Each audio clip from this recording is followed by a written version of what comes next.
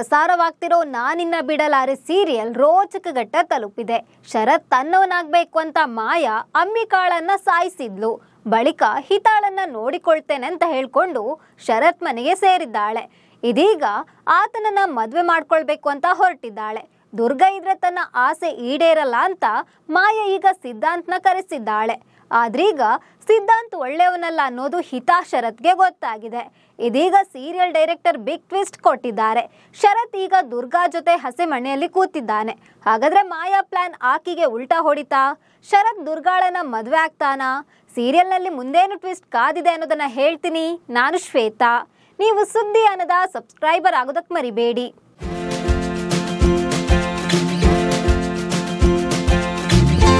ನಾನಿನ್ನ ಬಿಡಲಾರೆ ಸೀರಿಯಲ್ ಅತಿ ಕಡಿಮೆ ಸಮಯದಲ್ಲೇ ವೀಕ್ಷಕರ ಮನಗೆದ್ದಿದೆ. TRP ರೇಸ್ನಲ್ಲೂ ಮುಂದಿದೆ. ಶರತ್ ತನ್ನವನಾಗಬೇಕು ಅಂತ ಮಾಯಾ ಏನೇನೋ ಮಾಡ್ತಿದ್ದಾಳೆ.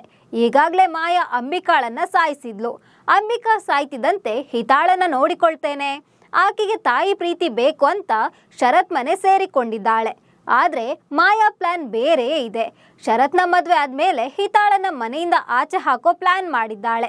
ಈಗಾಗಲೇ ಹಿತಾಗೆ ಮಾಯಾ ಸಾಕಷ್ಟು ತೊಂದರೆ ಕೊಟ್ಟಿದ್ದಾಳೆ. ಹಿತಾಳನ್ನ ಸಾಯಿಸ್ಬೇಕು ಅಂತ ಹೊರಟಿದ್ಲು.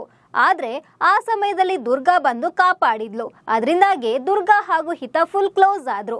ಬಳಿಕ ಹಿತಾಳನ್ನ ನೋಡಿಕೊಳ್ಳಲು ದುರ್ಗಾಳನ್ನ ಶರತ್ ಮನೆಗೆ ಕರ್ಕೊಂಡು ಬಂದ. ದುರ್ಗಾ ಬಂದ್ಮೇಲೆ ಹಿತಾ ಖುಷಿಯಾಗಿದ್ದಾಳೆ.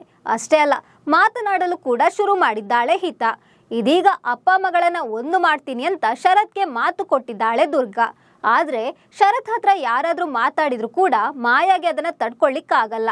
ತನ್ನ ದಾರಿಗೆ ದುರ್ಗಾ ಅಡ್ಡ ಆಗ್ತಾಳೆ, ಹಿತಾಗೆ ಕಾವಲಾಗಿರ್ತಾಳೆ ಅಂತ ಈಗ ದುರ್ಗಾಳನ್ನ ಮನೆಯಿಂದ ಆಚೆ ಹಾಕೋ ಪ್ಲಾನ್ ಮಾಡಿದ್ದಾಳೆ ಮಾಯಾ.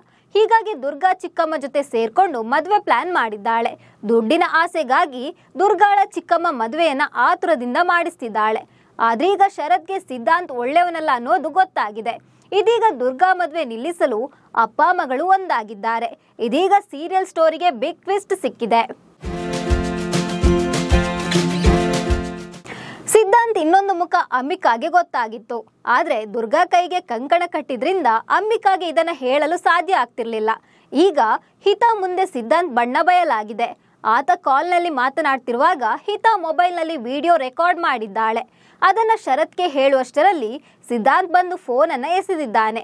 ಇದೀಗ ಸಿದ್ಧಾಂತ್ ಒಳ್ಳೆಯವನಲ್ಲ ಅನ್ನೋದು ಶರತ್ಗೂ ಗೊತ್ತಾಗಿದೆ. ಈ ವಿಚಾರವನ್ನ ದುರ್ಗಾಗೆ ಹೇಳಿದ್ರೆ ಆಕೆ ಈ ಮದ್ವೆ ಆಗ್ತೀನಿ ಅಂತ ಕಡಾಖಂಡಿತವಾಗಿ ಹೇಳಿದ್ದಾಳೆ. ಯಾಕಂದ್ರೆ ದುರ್ಗಾ ಈ ಮದ್ವೆ ಆಗ್ತೀನಿ ಅಂತ ಚಿಕ್ಕಮ್ಮನಿಗೆ ಮಾತು ಕೊಟ್ಟಿದ್ದಾಳೆ. ಹೀಗಾಗಿ ಚಿಕ್ಕಮ್ಮನ ಮಾತು ಮುರಿಯಲ್ಲ ಅಂತ ಹೇಳಿದ್ದಾಳೆ ದುರ್ಗಾ. ಆದ್ರೀಗ ಹಸೆಮಣಿಯಲ್ಲಿ ಸಿದ್ಧಾಂತ್ ಬದಲು ಶರತ್ ಕೂತಿದ್ದಾನೆ. ಯಾರಿಗೂ ಡೌಟ್ ಬರಬಾರ್ದು ಅಂತ ಮಾಸ್ಕ್ ಹಾಕಿಕೊಂಡು ಬಂದಿದ್ದ. ಇದೀಗ ಶರತ್ ದುರ್ಗಾಳಿಗೆ ತಾಳಿ ಕಟ್ಟಲು ಮುಂದಾಗಿದ್ದಾನೆ. ಹೌದು, ದುರ್ಗಾ ಹಸೆಮಣೆಯಲ್ಲಿ ಕೂತಿದ್ದಾಳೆ. ಶರತ್ ಮಾಸ್ಕ್ ಹಾಕಿಕೊಂಡು ಬಂದು ಕೂತಿದ್ದಾನೆ. ಅದೇ ವೇಳೆ ಅಂಬಿಕಾ ತಾಯಿ ಈ ಮದುವೆಯನ್ನ ನಿಲ್ಲಿಸಲು ನೀನೇ ಏನಾದ್ರೂ ಪವಾಡ ಮಾಡು ಅಂತ ಹೇಳಿದ್ದಾಳೆ.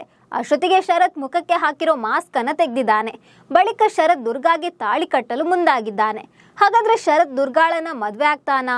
ಮಾಯಾ ಕತೆ ಏನು ಅನ್ನೋ ಕ್ಯೂರಿಯಾಸಿಟಿ ಈಗ ವೀಕ್ಷಕರಲ್ಲಿ ಮೂಡಿದೆ. ಇದೀಗ ಶರತ್ ದುರ್ಗಾಳನ್ನ ಮದ್ವೆ ಆದ್ರೆ ಹಿತಾ ಖುಷಿಯಿಂದ ಇರ್ತಾಳೆ. ಈ ಮದ್ವೆಯಿಂದ ಅಪ್ಪ ಮಗಳು ಒಂದಾಗ್ಬೋದು. ಒಟ್ಟಿನಲ್ಲಿ ಮುಂಬರುವ ಎಪಿಸೋಡ್ ಸಾಕಷ್ಟು ಟ್ವಿಸ್ಟ್ ನಿಂದ ಕೂಡಿರಲಿದೆ. ನಿಮ್ಮ ಪ್ರಕಾರ ಶರತ್ ದುರ್ಗಾಗೆ ತಾಳಿ ಕಟ್ಬೋದಾ ಅಥವಾ ಮಾಯಾ ಏನಾದ್ರೂ ಡ್ರಾಮಾ ಮಾಡಿ ಈ ಮದ್ವೆ ನಿಲ್ಲಿಸಬಹುದಾ ಅಂತ ಕಾಮೆಂಟ್ ಮಾಡಿ. ನಮಸ್ಕಾರ.